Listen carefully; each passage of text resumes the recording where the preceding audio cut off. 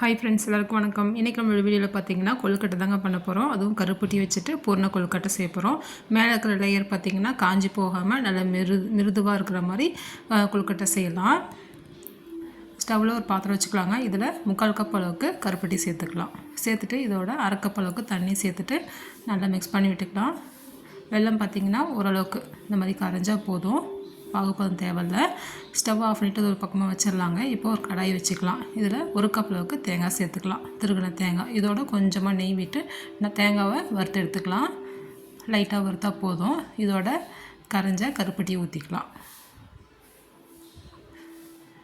Just கரைஞ்சால் போதும். கருப்பட்டி சேர்த்துட்டு நல்லா மிக்ஸ் பண்ணி விட்டுக்கலாம். நம்ம சேர்த்துருக்க வெல்லம் தண்ணி பார்த்திங்கன்னா நல்லா சுண்டி வரணும். இதோட 2 ஏலக்காய் பொடிச்சிட்டு சேர்த்துக்கலாம். பாருங்கள், இந்த பதம் வந்ததுக்கப்புறம் நம்ம ஸ்டவ் ஆஃப் பண்ணிக்கலாம். ஒரு பக்கமாக இருக்கட்டும், ஆறட்டும். இப்போ இன்னொரு கடையை வச்சுக்கலாங்க. இதில் 1 கப் அளவுக்கு அரிசி மாவு சேர்த்துக்கலாம். நான் வந்து கடையில் வாங்கின மாவு சேர்த்துருக்கேன். வீட்டில் இருக்க அரிசி மாவு இருந்தாலும் பரவாயில்ல. 1 கப் அளவுக்கு சேர்த்துக்கலாம். சேர்த்துட்டு அடுப்பை மீடியம் ஃப்ளேமில் வச்சுட்டு நல்லா வறுத்துக்கலாம். நல்லா வாசம் வரும் இல்லையா, அந்த அளவுக்கு நல்லா வறுத்துக்கலாம். பாருங்கள், நல்லா மாவு வந்து நம்ம ஃபஸ்ட்டு சேர்த்ததுக்கும் இப்போக்கும் நல்லா வறுபட்டு வந்திருக்கு. இது வந்து ஒரு பக்கமாக இருக்கட்டும்.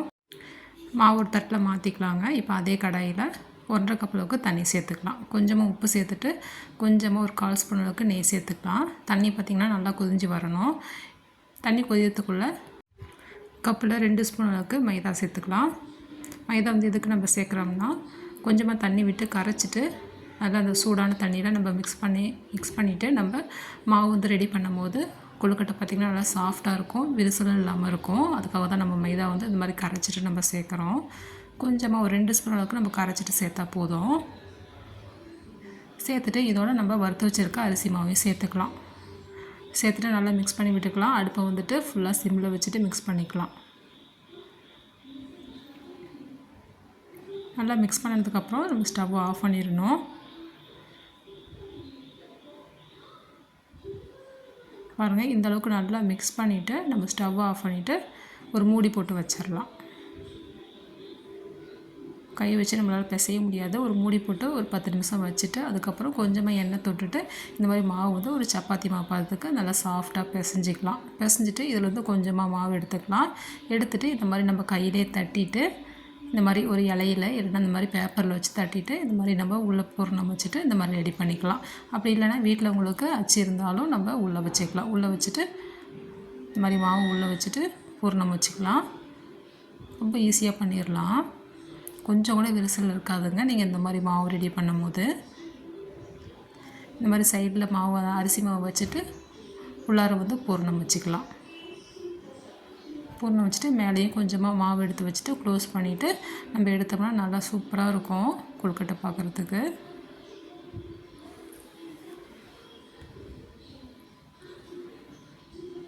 பாருங்கள், கொஞ்சம் கூட வெடிப்பு இல்லாமல் நல்லா வந்திருக்கு. இந்த மாதிரி மேல் மாவு நீங்கள் ரெடி பண்ணுங்கள், வெடிப்பு இல்லாமல் வரும். இதே மாதிரி நம்ம மீதி இருக்க மாவு ரெடி பண்ணிக்கலாம். பார்த்திங்கன்னா நான் கொழுக்கட்டை மாவு எல்லாம் பிடிச்சிட்டேன். இதை வந்து நம்ம ஆவியில் வச்சு வேக வச்சு எடுத்துக்கலாம். இட்லி பானையில் கொஞ்சமாக தண்ணி விட்டு தண்ணி நல்லா கொஞ்சதுக்கப்புறம் நம்ம கொழுக்கட்டையை ரெடி பண்ணி வச்சுருக்க கொழுக்கட்டையை வச்சுட்டு ஒரு 10 நிமிஷம் வேக வச்சு எடுத்தப்போ நல்லா சாஃப்டாக மிருதுவாக கொஞ்சம் கூட வெடிப்பு இல்லாமல் கொழுக்கட்டை ரெடியாகி வந்துடும். இப்போ லீவில் பசங்களுக்கு இந்த மாதிரி செஞ்சு கொடுங்க, ரொம்ப விரும்பி சாப்பிடுவாங்க, ரொம்ப ஹெல்த்தியாகவும் இருக்கும்.